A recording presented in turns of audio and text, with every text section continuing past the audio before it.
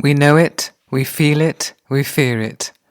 That horrible cold grip of the heart, that agony of irreplaceable loss, that grey murk of nameless dread.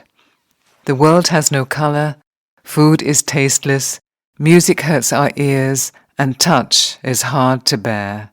But fortunately for us, whilst being human means that struggle and pain are almost guaranteed, we are also gifted with rationality and awareness, and these faculties are what we must lean on to get us out of despair and put our feet back on softer ground.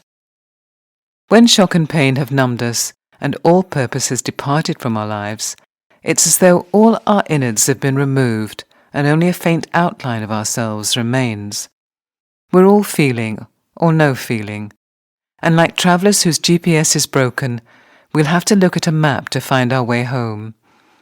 Our maps will be as varied as the individuals we are, but what they'll have in common is a view of the terrain that we can understand.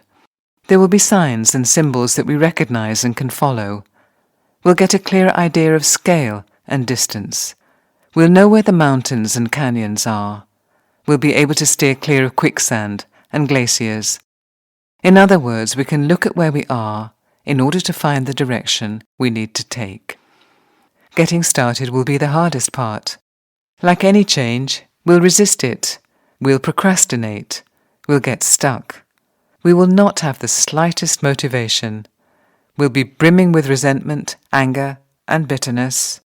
We will not want to look at maps. But even in our worst possible state, the absolute rock bottom, the utter pit of pits, we can treat ourselves like someone we'd care for if they arrived at our door on a dark, cold, stormy night, wet and haggard and devastated.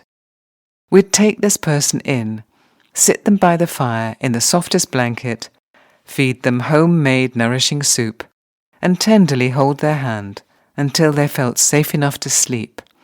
This is what we need to do for ourselves every day until we feel strong enough to look at our map.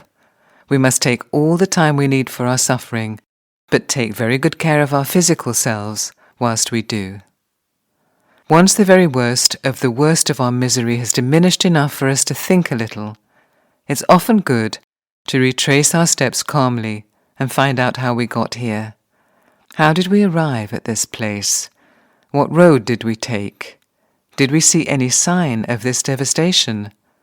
Was there an obvious place it all began? This is not so we can blame ourselves for the misery that's befallen us, but to identify our part in it, if any, and face it squarely. It's important to remember that whilst we may have some responsibility for our unhappiness, it may be because of something we did or didn't do, and not because we are inherently bad people. Or it may be that the cause of our suffering was completely out of our hands, and we might ask, "Why me?" And the seemingly heartless reply would be, "Why not?" Because in reality, life is random, unpredictable, and subject to constant change, and it's simply that we were swept up in it. It's not that we've been selected for punishment because our characters are hopelessly flawed, but rather that we are having to bear the result of disastrous clashes of time, place, and fortune that we had no control over. How do we go forward? If we've been honest with ourselves, we know where we went wrong, if we went wrong. In future, we'll know where the hazards are, and we'll know what we might do to avoid them.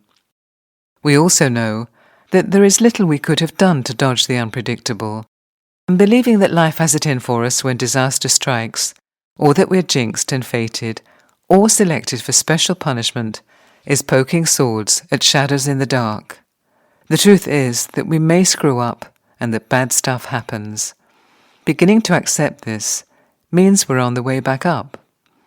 Now that we're more conscious of where we are, we may take some steps. Taking action is like putting out feelers to where hope and meaning lie. So let's take it one day at a time, dig deep, and see how we could improve one day from the moment we open our eyes. Wake up and breathe slowly and evenly through the nose. Focus entirely on the action of breathing. Appreciate the breathing.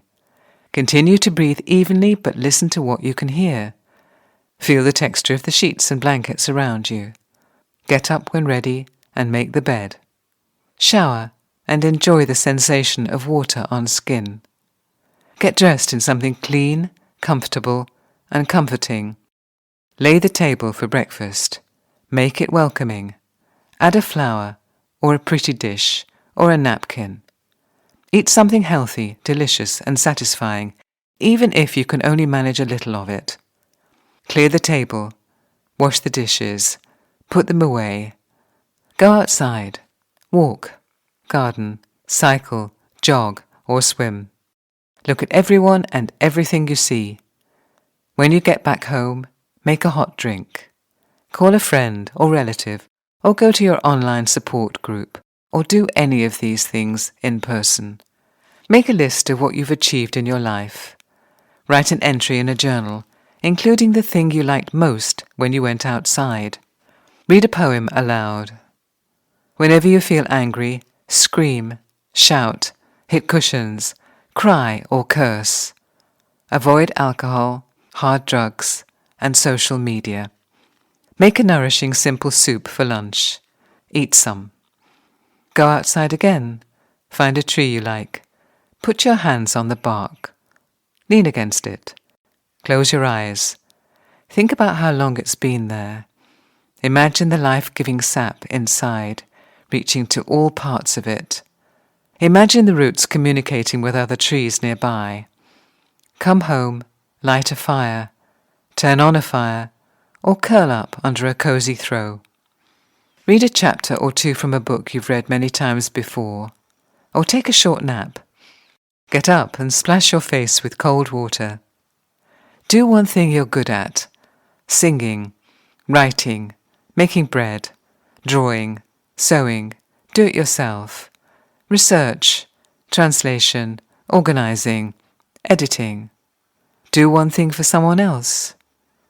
Make a simple but healthy supper. Eat some of it. Learn something via the internet. Watch Sense and Sensibility or Notting Hill or any other enjoyable, well-made, light-hearted movie or series. Think about what you've most enjoyed in your day. Go to bed before midnight, in a darkened room that is not overwarm. Take anything to bed that comforts you: pillows, soft quilt, Kindle, plush animals, actual animals, or a hot water bottle.